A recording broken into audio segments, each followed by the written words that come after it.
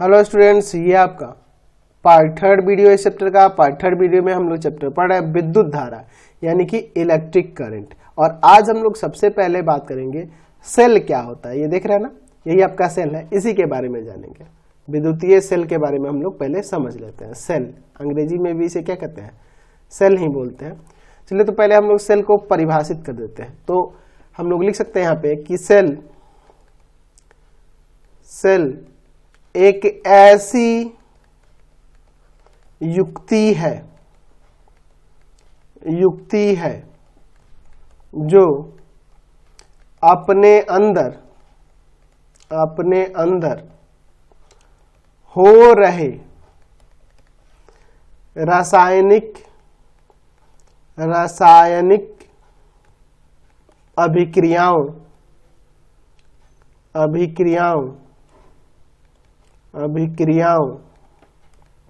अपने अंदर हो रहे रासायनिक अभिक्रियाओं द्वारा सेल के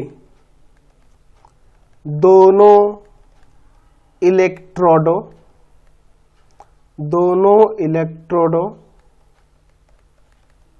के बीच विभवांतर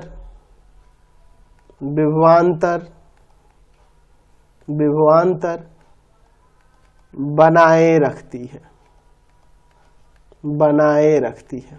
ठीक है, तो सेल क्या होता है, एक प्रकार की युक्ति है जो अपने अंदर हो रहे रासायनिक अभिक्रियाओं द्वारा, ठीक है, इसके अंदर रासायनिक अभिक्रियाएं होती है, उन अभिक्रियाओं द्वारा ये अपने दोनों इलेक्ट्रोडों यानी कि पॉजिटिव इलेक्ट्रोड और निगेटिव इलेक्ट्रोड, इसके अंदर दो इलेक्ट्रोड होते हैं। ठीक है, एक होता है पॉजिटिव और दूसरा होता है निगेटिव। ठीक है, तो दोनों इलेक्ट्रोडों के बीच विभवांतर बनाए रखती है। ठीक है, एक्चुअल में सेल का काम क्या होता है कि इसके अंदर रासायनिक अभिक्रियाओं के द्वारा जो रासायनिक ऊर्जा होती है उसका यह विद्युत ऊर्जा में रूपांतरण होता है, जिसके कारण हम लोग इसका प्रयोग करके हम लोग बहुत प्रकार के उपकरण चला पाते हैं। जैसे टॉर्च होता है, टॉर्च के अंदर ये रखते हैं, रेडियो हो गया, है ना, घड़ी हो गई, है ना, दीवार घड़ी हो गई। तो इन सब युक्तियों को चलाने के लिए हमें सेल की आवश्यकता पड़ती है। तो सेल के अंदर रासायनिक अभिक्रियाएं होती है और रासायनिक अभिक्रिया द्वारा वह रासायनिक ऊर्जा किसमें कन्वर्ट हो जाती है, विद्युत ऊर्जा में। और विद्युत ऊर्जा में कन्वर्ट होकर हम लोग इसके द्वारा भिन्न भिन्न प्रकार के एप्लियंस युक्तियों को चलाने का कार्य करते हैं। सबसे पहले सेल का जो आविष्कार किए थे वो कौन थे आपके, अलेसांद्रो वोल्टा ने सबसे पहले सेल का निर्माण किया था 1796 ईस्वी में। तो उन्हें एक ऐसा सरल स्रोत प्राप्त किया था जिससे वह लगातार विद्युत धारा प्रवाहित कर सकते थे 1796 में, और इसलिए उस सेल का नाम रखा गया वोल्टिया सेल। उसे हम लोग वोल्टिया सेल कहते हैं। ठीक है, अलेसांद्रो वोल्टा के द्वारा जो आविष्कार किया गया था सेल का, उसका नाम क्या है, वोल्टिया सेल। और हम लोग जो सेल का इस्तेमाल करते हैं एक्चुअल में, आजकल ये जो हम लोग सेल का इस्तेमाल करते हैं एक्चुअल में ये क्या है, वोल्टिया सेल को ही क्या किया गया है, उसका एक कह सकते हैं कि संशोधन करके तैयार किया गया। वोल्टिया सेल में संशोधन करके हम लोग जो सेल इस्तेमाल करते हैं अभी के समय में उनको बनाया गया है। ठीक है, अब ये काम कैसे करता है, हम लोग क्या करते हैं, इससे अगर मान लीजिए वायर को कनेक्ट कर देते हैं और इसे हम लोग एक बल्ब से जोड़ देते हैं। ठीक है, एक हम लोग यहाँ पे बल्ब से इसे जोड़ देते हैं। ठीक है, चलिए समझिए इसको। जब किसी बल्ब से इसको जोड़ते हैं तो क्या होता है, तो जाहिर सी बात है इसके अंदर रासायनिक अभिक्रियाएं होंगी, और रासायनिक अभिक्रियाएं होंगी तो क्या होगा, तो इसके अंदर से रासायनिक ऊर्जा किसमें रूपांतरित होगी, विद्युत ऊर्जा में। और विद्युत ऊर्जा में रूपांतरित होने के बाद क्या होगा कि इस वायर में जो विद्यमान इलेक्ट्रॉन है वो एक निश्चित दिशा में गति करने लगते हैं। और ये गति कब करेंगे, हम लोग जब दोनों इलेक्ट्रोडों से बल्ब को कनेक्ट करते हैं। ठीक है, दोनों इलेक्ट्रोडों से बल्ब को कनेक्ट कर देंगे तब। तो क्या होगा इसके कारण क्या होगा, तो यहाँ से ये धारा इसमें से प्रवाहित होगी, है ना, और एक निश्चित दिशा में इसके इलेक्ट्रॉन गति करके ये क्या होगा, इनके बीच विभवांतर बना रहेगा। ठीक है, यहाँ से विद्युत धारा प्रवाहित होकर और ये बल्ब जलेगा और बल्ब जलेगा और फिर जो बची हुई ऊर्जा जो होगी फिर इधर से इस तरफ गति करती हुई आ जाएगी सेल के अंदर, समझ गए ना, जिसके कारण क्या होगा, इसका विभवांतर बना रहेगा और यहाँ पर हमें क्या मिलेगा, रासायनिक ऊर्जा से विद्युत ऊर्जा मिलेगा और फिर वह विद्युत ऊर्जा प्रकाश ऊर्जा में कन्वर्ट हो जाएगी और बची हुई शेष ऊर्जा फिर हमारे सेल के अंदर आ जाएगी। तो ऐसे तो सेल हम कई प्रकार के देखते हैं। ये आपका ड्राई सेल होता है, शुष्क सेल होता है, जिसका प्रयोग हम लोग घर के एप्लियंस जो होते हैं, युक्तियां होती हैं, जैसे टॉर्च हुआ, दीवाल घड़ी हुआ, रेडियो हुआ, उन सब में, है ना, रिमोट हुआ टीवी का, ये सब चीज इन सब चीजों में करते हैं। यहाँ से आपको क्लियर हो गया सेल का क्या काम है कि उसके अंदर जो रासायनिक अभिक्रियाएं होंगी उस रासायनिक अभिक्रिया के द्वारा रासायनिक ऊर्जा को वह क्या कर देता है, विद्युत ऊर्जा में रूपांतरित हो जाता है और रूपांतरण के फलस्वरूप जानते हैं विद्युत ऊर्जा का हम लोग प्रयोग कैसे करते हैं। चलिए अब अगर हम लोग सेल की बात करें तो सेल को संकेत रूप में हम लोग इस तरह से दर्शाते हैं। ठीक है, हम लोग अभी जैसे पढ़ेंगे इस चैप्टर में तो सेल को हम लोग ऐसे दिखाएंगे। तो ये वाला जो बड़ी वाली डंडी है पॉजिटिव को डिनोट करेगा और ये छोटी वाली डंडी निगेटिव को डिनोट करेगा। तो इस तरह से ये आपका क्या हो जाएगा, सेल हो जाएगा। अच्छा, आप सोच रहे होंगे कि सर बैटरी किसे कहते हैं। ठीक है, बैटरी किसे कहेंगे, बैटरी। तो देखिए इसकी भी परिभाषा आप यही लिख सकते हो कि बैटरी एक ऐसी युक्ति है जो अपने अंदर हो रहे रासायनिक अभिक्रियाओं द्वारा बैटरी के दोनों, या सेल के ही लिखेंगे, सेल के दोनों इलेक्ट्रोडों के बीच विभवांतर बनाए रखती है। ठीक है, तो दोनों में फर्क क्या है, तो एक्चुअल में जब हम लोग एक से अधिक सेलों को एक साथ जोड़कर रखेंगे, यानी एक सही क्रम में जोड़कर रखेंगे, तो वही आपकी क्या हो जाएगी, बैटरी हो जाएगी। और केवल एक, ये देख रहे हैं ना, ये आपका सेल है। और जब एक साथ ऐसे ही बहुत सारे सेलों को, एक से अधिक सेलों को समूहित व्यवस्था कर दी जाए तो वो आपका क्या बन जाता है, बैटरी बन जाता है। तो हम लोग कह सकते हैं ऐसे कि सेलों की समूहित, है ना, समूह में समूहित व्यवस्था को बैटरी कहते हैं या बैटरी कहा जाता है। ठीक है, अब कैसे हम लोग उसकी समूहित व्यवस्था करेंगे, देखिए हम लोग जानते हैं कि इसके अंदर, आपके सेल के अंदर दो इलेक्ट्रोड होते हैं, एक पॉजिटिव और एक निगेटिव इलेक्ट्रोड होता है। हम लोग क्या करेंगे कि एक पॉजिटिव इलेक्ट्रोड बाहर की तरफ कर देंगे और जस्ट उसके बाद वहां पर हम एक दूसरा सेल लेकर इस तरह से इसके निगेटिव के साथ, पहले वाले सेल के निगेटिव इलेक्ट्रोड के साथ इसका पॉजिटिव वाला इलेक्ट्रोड सटाकर रख देंगे।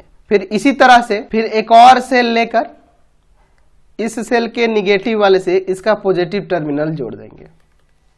ठीक है, तो इस तरह से जो व्यवस्था करेंगे, एक बार इसका माइनस इसके प्लस के साथ, इसका माइनस इसके प्लस के साथ, तो हमें यहाँ पे फिर से फाइनली दो इलेक्ट्रोड मिलेंगे, एक पॉजिटिव और यहाँ पर एक निगेटिव। फाइनली देख रहे हैं यहाँ पे एक पॉजिटिव इलेक्ट्रॉन मिल गया, यहाँ पे निगेटिव। तो इस तरह की जो व्यवस्था होती है ना, समूहित व्यवस्था, यही आपकी बैटरी कहलाती है। ठीक है, अब इस हम लोग ऐसी व्यवस्था क्यों करते हैं, तो जब हम देखते हैं कि एक सेल से हमें जितनी विद्युत धारा की प्रबलता चाहिए, जितना विद्युत धारा चाहिए उतना नहीं मिल पा रहा है, तब हम लोग ये सामूहिक व्यवस्था करते हैं ताकि हमें उचित मात्रा में क्या मिल सके, विद्युत धारा प्राप्त हो सके, जिससे हम जो उसमें जुड़े हुए आपके युक्ति है वो आसानी से चल सके। जैसे आप देखते होंगे टॉर्च में जो होता है एक से अधिक सेल को लगाया जाता है। एक्चुअल में क्या होता है, क्योंकि हमें उसमें ज्यादा विद्युत धारा की प्रबलता चाहिए, तो इसके लिए हम लोग क्या करते हैं, उसके अंदर एक से अधिक सेल, देखते हैं ना आपके अंदर दो सेल होता है या तीन सेल होता है, तो हम लोग इसी तरह से लगाते होंगे। देखते होंगे आप पिछले एक प्लस होगा और एक माइनस होगा, ऐसे कंबाइन करेंगे प्लस माइनस, तो फाइनली एक पॉजिटिव और एक निगेटिव। यानी हमें क्या करना होगा, एक सेल लेना होगा, उसके निगेटिव टर्मिनल के साथ दूसरा सेल लेकर उसका पॉजिटिव टर्मिनल ऐड कर देना होगा, फिर अगला सेल लेकर उसी तरह से इसके निगेटिव वाले के साथ उसके पॉजिटिव को कंबाइन करता है, फाइनली एक पॉजिटिव और एक निगेटिव टर्मिनल हमारा बच जाएगा। ठीक है, तो इससे क्या होगी कि विद्युत धारा की प्रबलता और बढ़ जाएगी और जो हमें युक्ति चलानी है उसको आवश्यक ऊर्जा प्राप्त हो, आवश्यक मात्रा में उसे विद्युत धारा प्राप्त हो पाएगी। ठीक है, अब देखो इसे संकेत में क्या करेंगे, सेल के लिए हमने देखा कि ऐसे संकेत किए थे। ठीक है, और जब बैटरी की बात करेंगे तो ऐसे दिखाएंगे, पॉजिटिव, देखिए निगेटिव पॉजिटिव, निगेटिव पॉजिटिव, इसी तरह से। ठीक है, और ये निगेटिव। तो देखिए, देख रहे हैं ना यहाँ पे, फाइनली यहाँ एक पॉजिटिव टर्मिनल एक निगेटिव टर्मिनल हमें मिल जा रहा है। तो ये इस तरह की जो यहाँ देखो, ये लंबी वाली डंडी किसको, पॉजिटिव को इंडिकेट कर रहा है और छोटी वाली डंडी निगेटिव को इंडिकेट कर रहा है। देखो यहीं पे समझो, ये प्लस है। ठीक है, आप देखिए यह प्लस और यह माइनस। ठीक है, फिर इसका प्लस इसका माइनस, इस तरह से हम लोग देख रहे हैं। ये जो है ना, इसी को संकेत रूप में दिखा दिया है। चलिए, तो अब हम लोग बात करते हैं विद्युत परिपथ के बारे में। विद्युत परिपथ यानी विद्युत धारा जो प्रवाहित होता है उसके लिए कोई पथ होगा और उसी पथ को हम लोग विद्युत परिपथ कहेंगे ना जी, अंग्रेजी में कहेंगे इलेक्ट्रिक सर्किट। इलेक्ट्रिक सर्किट, तो देखते हैं इलेक्ट्रिक सर्किट क्या होता है। हमने यहाँ पे क्या किया है, एक बल्ब लिया है, बल्ब में क्या किया है, उसके पॉजिटिव टर्मिनल से इस बैटरी के पॉजिटिव टर्मिनल को और यहाँ इसके निगेटिव टर्मिनल में एक स्विच लगा दिया और फिर स्विच से दूसरा तार लाकर इसके निगेटिव टर्मिनल में जोड़ दिया है। मैं देखूंगा कि जब मैं इस स्विच को ऑन करूंगा तो ये आपका बल्ब जलने लगेगा, जलेगा ना जी, बल्ब ग्लो करने लगेगा। तो इसके अंदर से हम लोग क्या देख रहे हैं, इस रास्ते से होकर, इस तार के रास्ते से होकर विद्युत धारा प्रवाहित होकर इस बल्ब में आ रहा है, बल्ब से फिर आगे बढ़ के यहाँ स्विच से होते हुए फिर बैटरी में इस तरह से आ रहा है। तो हमने एक ये पथ बना दिया है विद्युत धारा के प्रवाह के लिए। तो ये जो आप पथ देख रहे हैं ना, यही आपका क्या कहलाता है, विद्युत परिपथ कहलाता है। तो हम लोग यहाँ पे लिख सकते हैं कि जिस पथ से होकर विद्युत धारा का प्रवाह होता है उसे विद्युत परिपथ कहते हैं। परिपथ कहते हैं। अच्छा, अगर हम लोग बात करें इसमें हम बैटरी को ऐसे पलट के लगा देते हैं तो क्या धारा का प्रवाह होगा? तब धारा का प्रवाह नहीं होगा, क्योंकि हम लोग इसके इलेक्ट्रोडों को ही चेंज कर दिए। तो इसके कारण इसके अंदर का विभवांतर नहीं बना रहेगा, जिसके कारण इसमें विद्युत धारा का प्रवाह बंद हो जाएगा। या स्विच को ही ऑन रख, है ना, ये ऑन ना करके ऑफ कर देते, जैसे अभी है इस कंडीशन में रखते हैं, तो भी धारा का प्रवाह नहीं होगा, क्योंकि इसका विभवांतर नहीं बना रहेगा ना, यहाँ पे टूट गया है सर्किट। ठीक है, तो इस तरह से अगर हम लोग इस परिपथ में अगर सही क्रम से युक्तियों को नहीं लगाए, सही तरीके से नहीं लगाए, तो धारा का प्रवाह बाधित हो जाता है, धारा का प्रवाह नहीं होता है। यानी कि अगर परिपथ खुला हो, कहीं से भी टूटा हुआ हो या बैटरी उल्टा ही कनेक्ट हुआ हो, तो उस कंडीशन में आपका धारा का प्रवाह नहीं होगा। मैं एक तरफ का यहाँ से तार ही तोड़ दूं, यहाँ से कहीं से भी परिपथ को खोल दूं, तो जिसके कारण क्या होगा, तब भी धारा का प्रवाह नहीं होगा। बैटरी उल्टा कनेक्ट कर दूं, तब भी धारा का प्रवाह नहीं होगा। तो हमें सही क्रम में ये व्यवस्था करनी होती है।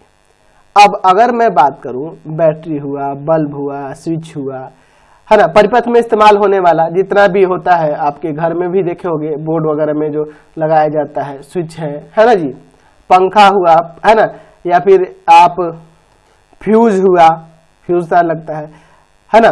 तो ऐसे बहुत सारे हमें उपकरणों को जोड़ना पड़ता है उसमें। तो अगर मैं उसको इस चैप्टर विद्युत धारा में अगर मैं पढ़ूंगा, तो अगर यहाँ पे उन सबको बनाने लगूं, अगर कह दे कि आपको एक बल्ब, बैटरी और स्विच वगैरह कनेक्ट करके दर्शाना है, यहाँ पर दिखाना है, तो अगर आप बैठ जाओ बल्ब बनाने, स्विच बनाने, ठीक है, यानी कि इनको वास्तविक रूप से अगर कहा जाए कि रियल रूप में, जैसे कि आप इस चित्र में देख रहे हैं, रियल रूप में इसी तरह से आपको बनाना है, तो असुविधाजनक लगेगा कि भाई बड़ा दिक्कत हो रहा है इसको बनाने में। तो इसी के समाधान के लिए संकेतों का प्रयोग किया जाता है, कुछ प्रतीकों का, कुछ सिंबल बना दिया गया है, ठीक है। उन प्रतीकों के द्वारा ही हम लोग यहां पर उसके लिए क्या करते हैं, उसका आरेख तैयार करते हैं, जिसे हम लोग परिपथ का आरेख कहते हैं, विद्युत परिपथ का आरेख कहते हैं, सर्किट डायग्राम कहते हैं, ठीक है। जैसे अगर मैं इसी को बनाऊं तो मैं देखो क्या करूंगा, मैं यहाँ पे तारों को ऐसे सीधी सरल रेखा से दर्शाऊंगा, ठीक है। अभी मैं सारे सिंबल्स को बताऊंगा आपको। यहाँ हमें बैटरी लगाना है तो ये पॉजिटिव हो गया, सॉरी सेल लगाना है ना, एक ही है, पॉजिटिव हो गया, और फिर यहाँ पे एक निगेटिव हो जाएगा इस तरह से। अब इसी में मुझे स्विच भी लगाना है, तो स्विच के लिए भी मैं संकेत आपको बताऊंगा आगे चल के, ठीक है। यहाँ पे मैं बल्ब को कनेक्ट कर दूंगा, चलिए। तो हम देख रहे हैं पॉजिटिव टर्मिनल, ये निगेटिव टर्मिनल, यहाँ पे मैं बल्ब बना देता हूं। तो हम लोग यहाँ पे इन्हीं सब संकेतों का, और ये आपका स्विच हो गया। तो हमने देखा बहुत ही सरल तरीके से, ये आपका सेल दर्शा दिया, यहाँ पे बल्ब हो गया, ये आपके तार हो गए, ठीक है। अगर यही यहाँ पे ये स्विच ऑन करता हूँ, इसको सटा देता हूँ, तो इसके अंदर धारा का प्रवाह होगा और ये बल्ब आपका ग्लो करने लगेगा, जलने लगेगा, समझे ना। तो ये जो आप देख रहे हैं बल्ब को, स्विच को, इन सबको संकेत रूप में दर्शाकर एक परिपथ तैयार कर दिए, तो इसी को क्या कहते हैं, परिपथ आरेख कहते हैं, सर्किट डायग्राम कहते हैं, ठीक है। हम इसे भी परिभाषित कर सकते हैं, परिपथ आरेख अंग्रेजी में क्या होगा आपका, सर्किट डायग्राम। तो चलिए सर्किट डायग्राम क्या होता है, यहां पे मैं इसे परिभाषित कर देता हूं। तो यहां पे लिख सकता हूं कि किसी विद्युत परिपथ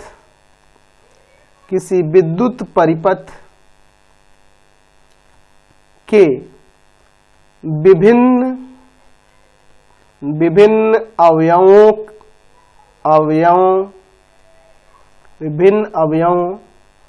की व्यवस्था को उनके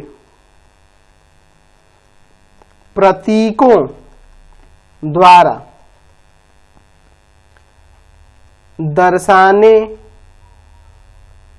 दर्शाने वाले आरेख को परिपथ आरेख कहते हैं। जैसे कि आप यहां चित्र में देख रहे हैं, ये आपका परिपथ आरेख है, ठीक है। ये विद्युत परिपथ के में इस्तेमाल होने वाले विभिन्न प्रकार के जो अवयव हैं उनको एक व्यवस्थित तरीके से दर्शा रहा है, समझ गए। और इन्हीं सभी प्रतीकों का इस्तेमाल करके, स्विच, बल्ब, वायर, इन सब का इस्तेमाल करके हम लोग यहाँ पे आगे चल के अब एक्सरसाइज में परिपथ तैयार करेंगे। उसके लिए मुझे सभी प्रकार के इन प्रतीकों के बारे में, इन सिंबल्स के बारे में पता होना चाहिए। तो चलिए हम लोग इन सभी प्रकार के सिंबल्स को समझ लेते हैं। चलिए, तो मैं उसके लिए यहाँ पे एक चार्ट बना लेता हूँ, ठीक है। चलिए देखते हैं, और उनके यहाँ पे संकेतों को या प्रतीकों को एक तरफ देखेंगे और एक तरफ उनके नाम को लिखेंगे, ठीक है। तो चलिए हम एक तरफ क्या करते हैं जी, यहाँ विद्युत परिपथ में जो इस्तेमाल होने वाले अवयव हैं उनको लिख लेते हैं, विद्युत परिपथ के अवयव, और यहाँ पे उनके प्रतीक जो है उनके बारे में बात करेंगे, ठीक है। चलिए एक एक करके। तो यहाँ पे हम लोग एक तरह से ऐसे बना ही लेते हैं समझने के लिए, ठीक है। चार्ट रहेगा तो अच्छा रहेगा। एक और हम यहाँ पे ऐसा ही चार्ट ले लेते हैं, क्योंकि मुझे एक से अधिक चार्ट की जरूरत पड़ेगी। चलिए तो देखते हैं। पहला हम लोग लिखते हैं सेल। तो सेल के लिए हमारा संकेत मैंने आपको पहले ही बताया था, ये पॉजिटिव टर्मिनल के लिए और ये आपका निगेटिव टर्मिनल के लिए। अच्छा, बैटरी की बात करते हैं, यानी कि सेलों का समूह जिसे हम लोग कहते हैं। तो इसमें हम पहले भी देख चुके थे, plus minus, plus minus, plus minus, इस तरह से, यही ना होता है जी। तो यह आपके किसको इंडिकेट कर रहा है? बैटरी को, यानी सेलों के समूह को। अच्छा, तार की बारे में बात करें तो हम लोग सरल रेखा से उसको व्यक्त करेंगे, ठीक है। अच्छा, और तार जोड़ने की, अगर मान लीजिए मैं तार को जोड़ता हूं, कहीं होता है ना जी कि सर्किट में हमें जोड़ना पड़ता है तार को, तार संधि जिसे कहेंगे, तो हम लोग दिखा देंगे कि एक तार ऐसे है और एक तार ऐसे है, ये जुड़ा हुआ है, ठीक है। अगला देखते हैं, तार उसको अगर क्रॉस कराया गया, क्रॉसिंग मतलब बिना तोड़े बिना जोड़े उसको क्रॉस कराया गया, तार क्रॉसिंग कह देंगे, ठीक है। यानी कि एक तार ऐसे जा रहा है और दूसरा ऐसे लाकर यहाँ पे मोड़ देंगे, ऐसे कि मैंने इसमें जोड़ा नहीं है कुछ, इसको इससे पार करा दिया है बस, तो इसको कहते हैं तार क्रॉसिंग, ठीक है। बल्ब के लिए मैंने आपको दिखाया था, बल्ब के लिए क्या करेंगे, इस तरह से उसका संकेत, ठीक है, बल्ब के लिए हो गया। अच्छा, उसके बाद मैं बात करता हूं खुला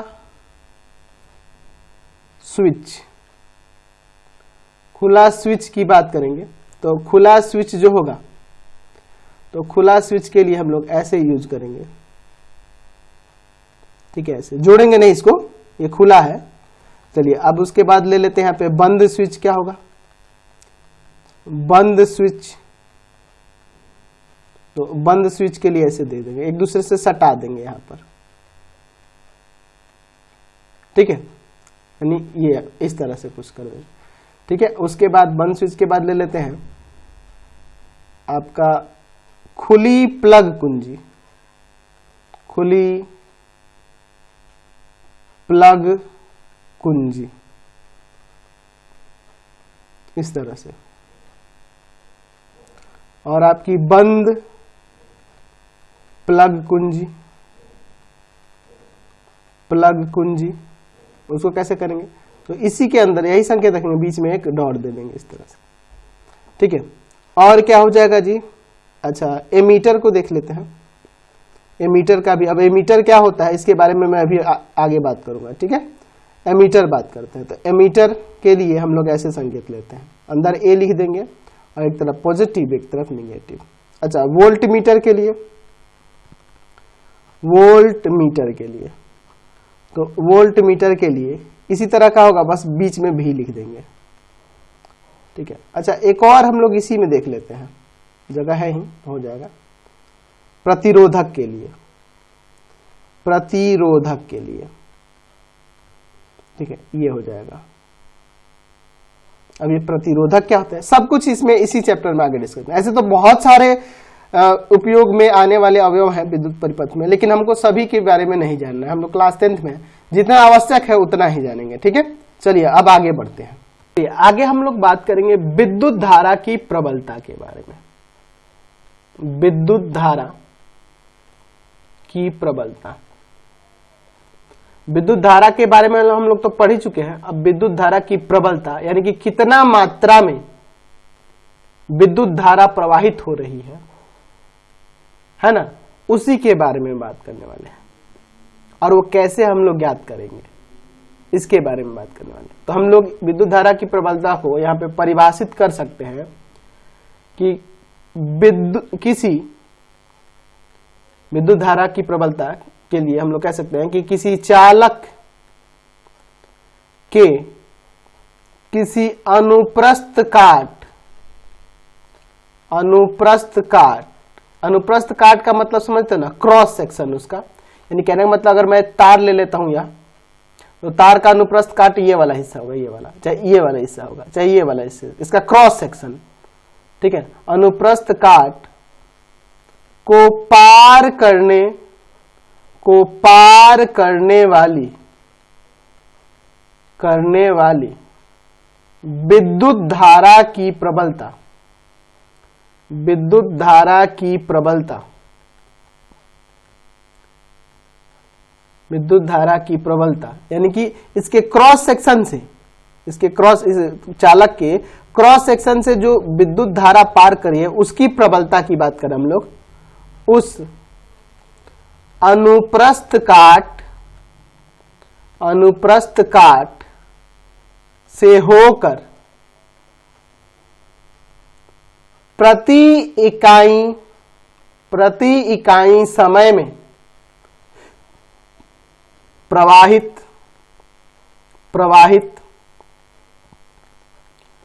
आवेश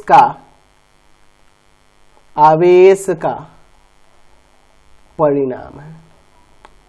यानी कि किसी चालक के इस क्रॉस सेक्शन से, कोई भी एक क्रॉस सेक्शन ले लीजिए, इसका क्रॉस सेक्शन जो एरिया है, इस क्रॉस सेक्शन, इसकी मोटाई कुछ नहीं होती है, मोटाई कुछ नहीं होती है। क्रॉस सेक्शन एक सर्कुलर भाग हो गया। आप सोचो ना, एक तार को ऐसे काटोगे तो एक पतला सा जो भाग इस तरह का गोलाकार भाग मिलेगा, जिसकी मोटाई कुछ ना हो या ऊंचाई कुछ ना हो, उसी को हम लोग क्रॉस सेक्शन कहते हैं। तो उस क्रॉस सेक्शन की विद्युत धारा की प्रबलता उसी क्रॉस सेक्शन से, उसी अनुप्रस्थ काट से कितना आवेश प्रति इकाई समय में प्रवाहित हो रहा है। आवेश को हम लोग Q से सूचित करते हैं, Q से सूचित करते हैं ना, और समय को T से। तो प्रति इकाई समय में आवेश का प्रवाह यानी कि Q/T, वही क्या होता है, विद्युत धारा की प्रबलता होती है। यानी कि हम यहां I से विद्युत धारा को डिनोट करेंगे। यहां क्या है, यहां लिख सकते हैं I क्या है, आपका विद्युत धारा है। यानी विद्युत धारा को मापना होगा, उसकी प्रबलता को मापना होगा, तो प्रति इकाई समय में कितना आवेश प्रवाहित हो रहा है उसके अनुप्रस्थ काट से, ठीक है, वही क्या होता है, विद्युत धारा होता है। उतना ही विद्युत धारा प्रवाहित होगी, यानी उतनी ही विद्युत धारा की प्रबलता होगी। यहाँ Q क्या है, आपका आवेश है, और T क्या है, आपका समय है। अच्छा, अब हम लोग आगे अगर इसके एसआई मात्रक की बात करें, ठीक है, यानी क्या, किसकी एसआई मात्रक, तो विद्युत धारा के एसआई मात्रक की, विद्युत धारा का एसआई मात्रक। तो एसआई मात्रक अगर मुझे इसका निकालना है, तो हम देख रहे हैं यहां पर कि विद्युत धारा की जो प्रबलता है वो कैसे मापी जा रही है। तो हम लोग इसका फॉर्मूला देख रहे हैं, I बराबर Q/T। तो हमें अगर विद्युत धारा का एसआई मात्रक निकालना होगा तो हमें क्या लिखना होगा, तो ये क्या है, आपका आवेश है। तो आवेश का एसआई मात्रक और बटा में ये T क्या है, आपका समय है, समय का एसआई मात्रक। आवेश का एसआई मात्रक क्या होता है, तो आपका होता है कूलम। कूलम होता है ना जी आवेश का, और समय का क्या होता है, सेकंड, यानी कि कूलम प्रति सेकंड। अच्छा, इसका एक और एसआई मात्रक होता है जिसे हम लोग एम्पियर कहते हैं, एम्पियर कहते हैं, ठीक है, और इसे संक्षेप में कैपिटल ए से सूचित करते हैं। अब देखिए, ये भी एम्पियर जो है ना, एक फ्रांसीसी वैज्ञानिक,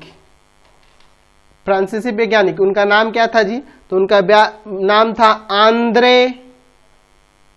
आंद्रे मेरी एम्पियर, इन्हीं के नाम पर रखा गया है, ठीक है। हम लोग जानते हैं एसआई मात्रक जो होते हैं, या तो उसमें जो उसके सूत्रों के आधार पर, यानी उसके अंदर जो आपके पास राशियां होंगी उसके आधार पर हो सकता है, या दूसरा उसमें सबसे ज्यादा योगदान जिन वैज्ञानिक का होता है उन्हीं के नाम के आधार पर उसको रख दिया जाता है।